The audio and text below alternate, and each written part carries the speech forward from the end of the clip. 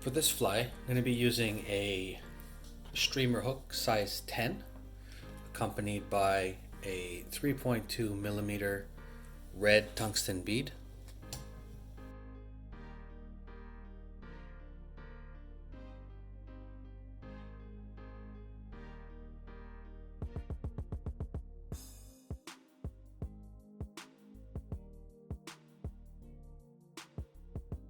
For my thread, I will be using a UTC 70 denier in color red as well.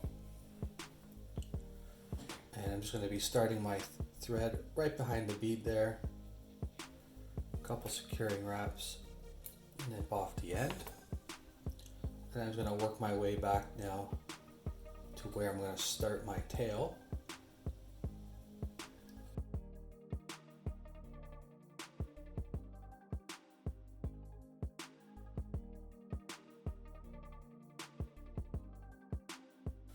For the tail, I'm going to be using a standard piece of marabou in color black.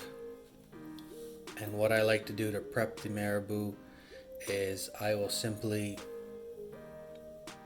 find the tip of that and I'm going to nip that off. And the reason why is you can see how sort of straight and straggly they are. They're not very whimsical and sort of free flowing in movement. So what I'll do is I'll go ahead and I'll nip that off. And then what you're left with is a much more free movement piece of marabou. So for the tail, I like them very, very bushy because once they do get wet, they do slim down quite a bit, and you do want sort of that. Once it is wet, you want that really nice movement that you get in the water. So I'll measure out a piece and I'll just eyeball it for the most part on what I think looks right.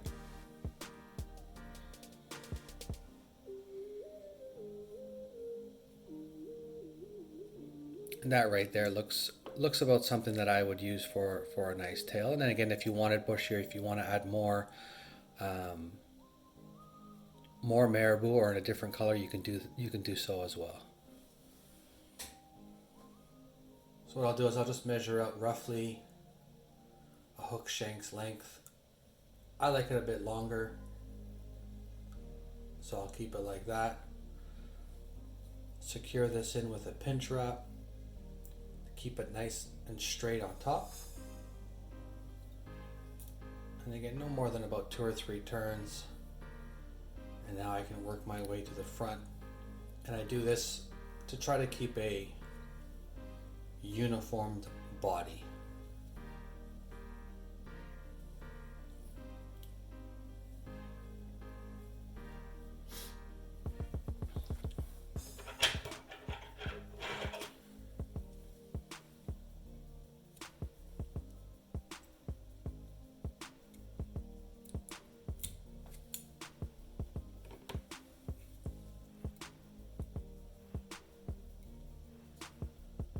Come in here and do a little bit of cleanup.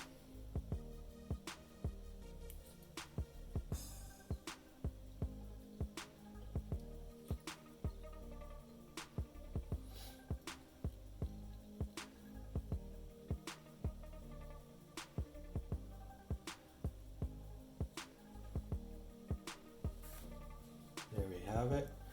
So I don't like these very straight thin fibers. They don't flow really well in the water. So by holding the tail, you can just nip these off with your fingers.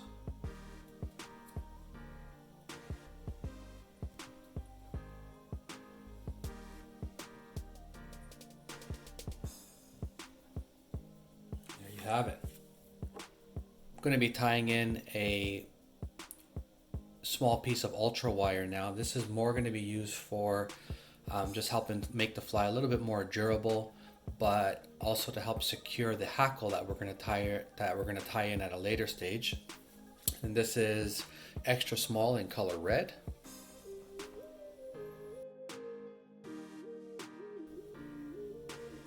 secure that in.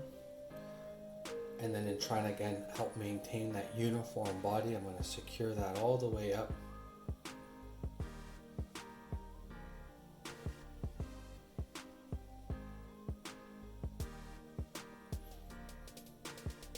And then just keep that to the side for now. We're going to use that later. The next set of materials I'm going to tie in is some tinsel Flashabou. This has got that marabou action, and you can notice here it has the original extra limp. It says I find this stuff is in fact marabou action because it flows really well with the marabou when it's in the water. You'll notice that it'll just go with the flow, so to speak. So I love this stuff. I can't seem to find enough of it, so I'm actually quite stingent on this. So what I will do is I cut 3 pieces for this particular pattern. And again, woolly buggers are one of those flies that you can just like do any variation you want. They're all gonna fish, and how you tie them in and how you use them is really just a matter of, you know, sort of your opinion, so to speak. So again, I'll grab 3 strands and then I'll tie them in on one side, and I'll do 2 just sort of securing wraps, and then I'm actually going to bring the remainder or the tag ends, you can say, and I'm going to bring them also back, and then I'm going to secure those in. I'm going to keep those off to the side because I'm going to use that to help give the abdomen, the body, a little bit more, some more flash in there as well.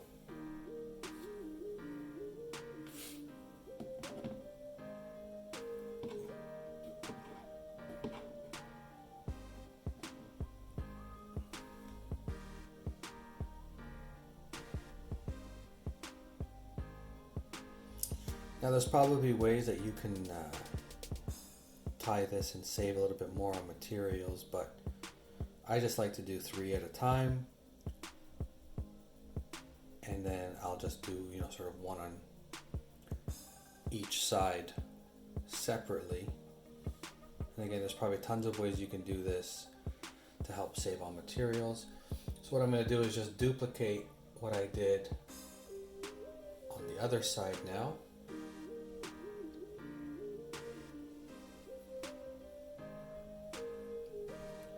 Just sort of make sure that's looking right where I want it.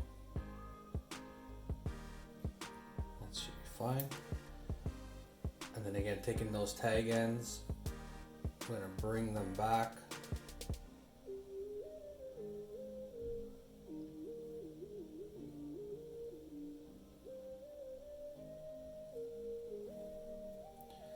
Put those off to the side for a later time.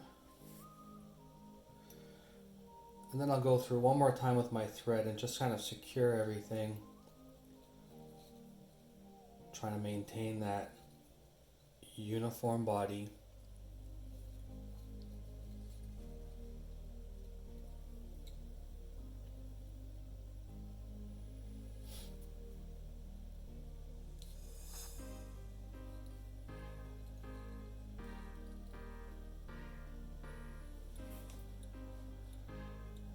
There we go.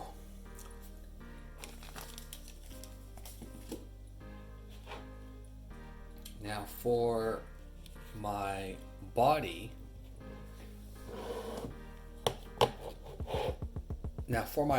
I'm going to be using a black and red Simi seal blend. I love this stuff. It's absolutely fantastic. I think it moves great in the water, but also just gives it that extra little shine and punch in the light. What you're seeing here is I actually have a large dispenser where I bought a bunch of Simi seal in different colors and variations, and I decided to put it in this dispenser and just label them accordingly. I just found it a bit easier than going in through bag. But here are all the different colors, and I'm going to be using this black and red blend. So So dubbing with Simi seal, you can see it's actually quite long. And in some flies, yeah, you won't mind that. In others, you'll want them shorter. But again, you can always sort of mix and match. You can cut them as I am now, cutting them to size. But with this particular pattern, I'll typically just grab some and dub it on. I like a tight dubbing noodle. I'll keep it tight and I'll just take my time and go through the motions to make sure that each wrap I do is tight to the next.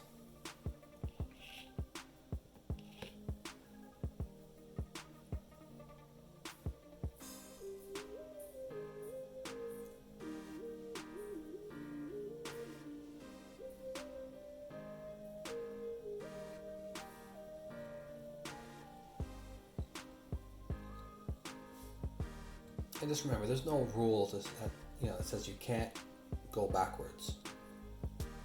So if you find it not as tight in one area, you can just go backwards with your wraps.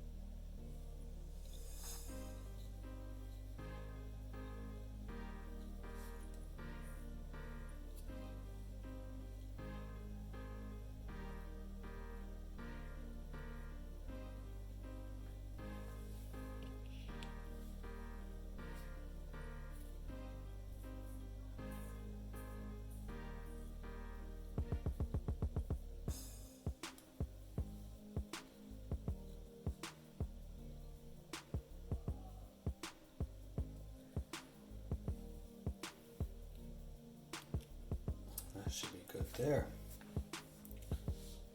We're ready for the next step. I'm just going to pull out some of these longer strides. The next step is getting those tag ends of that Flashabou. Make sure you don't get any of that marabou trapped in there like I do now.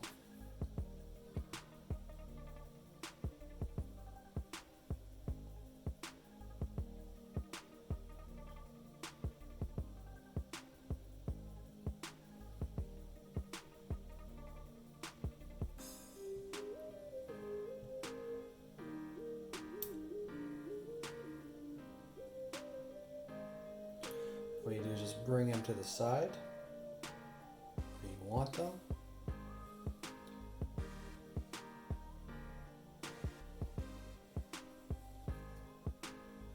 I will do 2 fairly loose wraps just to hold them in place as I continue on to do it on the other side now.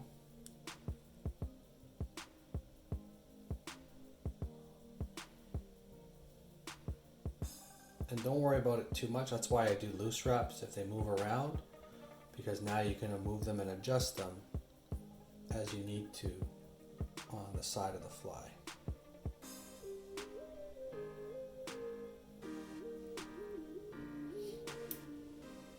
And once they're in, I give it a little pull and some securing wraps.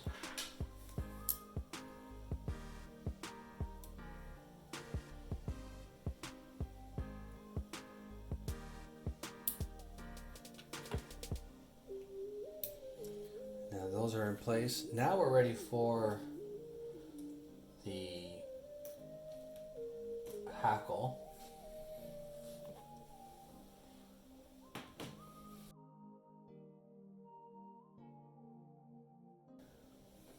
So for the hackle, I'm using the Whiting Farms BUGGER pack. And these are by far, I think, the best feathers for any woolly bugger. And it's just a matter of finding the right size now. So keep in mind we're doing a size 10. These look all pretty small, but that's not necessarily a bad thing either. We'll find some. I'll measure it on the gauge just to make sure. And this one's sort of hovering between 10 and an 8 almost, which I think is completely fine in my opinion.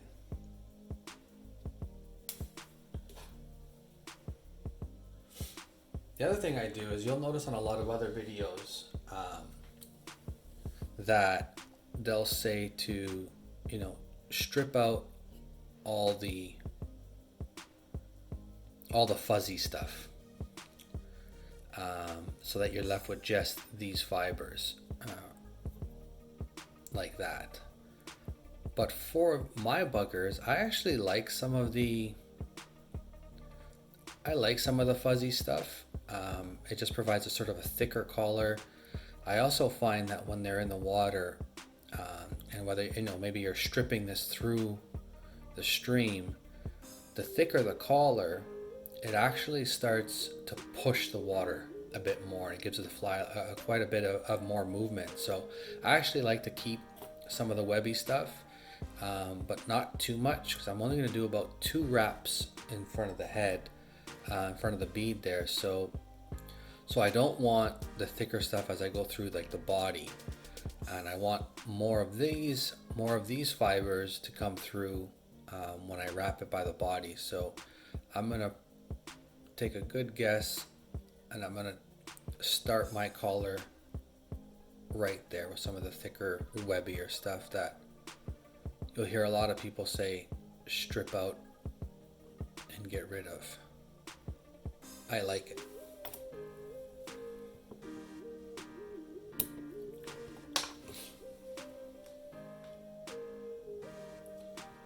So I left myself a little bit of room there to tie in.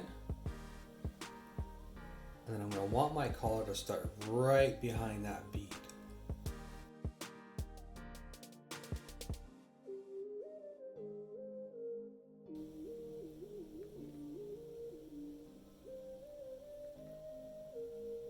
So I'll do two or three really tight securing wraps.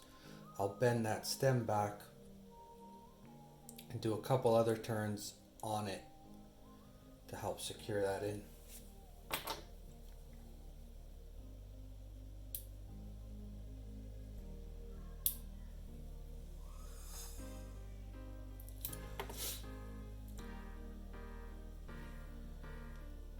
Now I'll start right behind the bead, and I'll do 1 right in front,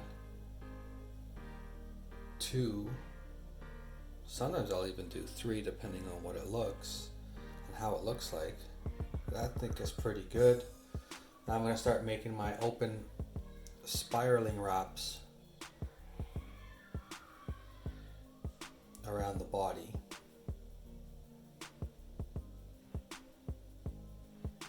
Ending right at the tail. Now you want to grab that wire that we tied in,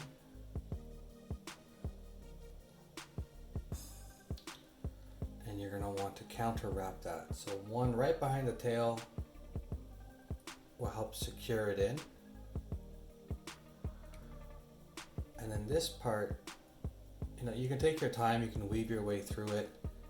I find the more I think about it, the more I try, the more fibers I actually trap. So if you kind of go through it quickly, you can make do. Just secure that in there.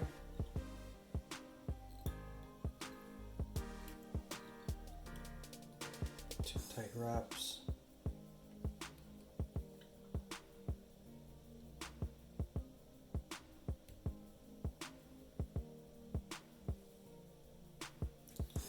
Come in here and nip off this tag end.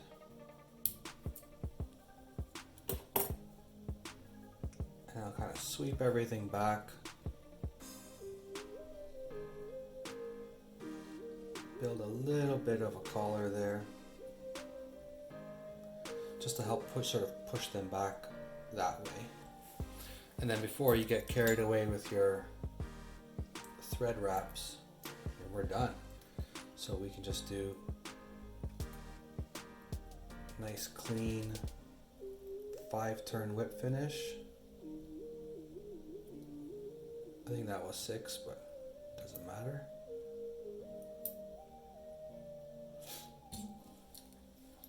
Nip off the end. Now you can sort of come in here and see where everything is. Now that Simi seal was, chosen for a reason, and that was because of the red that's in it. Because this is, I think if anything, it's going to be mimicking like a bleeding leech. So I like to just come in here and try to pull out some of those red fibers from the Simi seal dubbing. Just get that into the body, so when it's moving through the water, again, it's giving some of those, the hint of that red.